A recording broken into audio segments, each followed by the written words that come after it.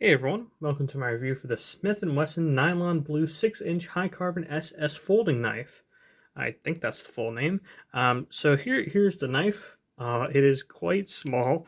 It has 8CR13 MOV high carbon stainless steel. And it looks pretty, it's pretty benign. I would say, like the standard pocket knife size here with the VK. It's a little smaller than an average knife. And when you get to the bigger stuff like the GW here, yeah, it starts to look really puny. So one issue that arises with this knife, it is a high carbon steel blade, and that's cool. If it was if it was bigger, high carbon in this form factor doesn't really make sense to me. I mean, it's harder to put an edge on. I mean, I went at this for a very long time, and it's just barely the same edge as like a 440C steel.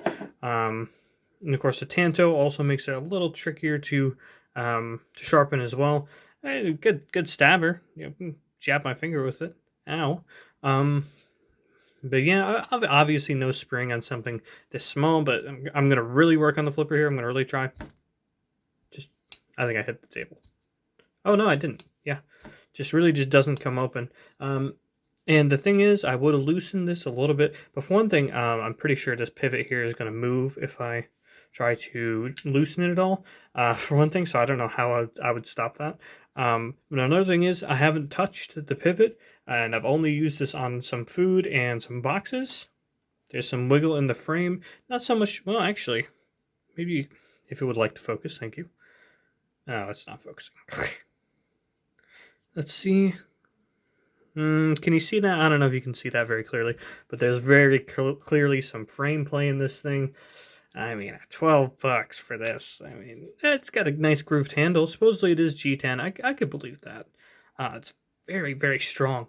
So I could believe that is a G10 handle. But again, it's like a G10 handle, high carbon blade, on this small knife. It doesn't really seem necessary to me. It does have finger grooves. You know, I like my finger grooves.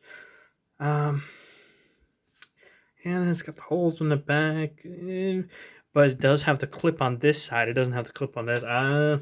Yeah. I don't know. It just doesn't speak to me as a particularly good knife. Smith and Wesson has always kind of disappointed me when it comes to their knives, unfortunately. I see a sale price of $10. That's where I bought it at. Maybe that's like a 3.5, but at this list price of $12, it's like a 3 out of 5. It's like, unless this really looks cool to you, yeah, it's not really worth it. It's just got a lot of materials like the blade and the handle that are jacking up that price unnecessarily because it's so small. You know, if you just want a dinky little knife like this, you could just get like a Swiss pocket knife or something, which is probably going to be cheaper and have a bunch of multi-tools on it, and the blade's only going to be a little bit smaller than that, and probably easier to sharpen too.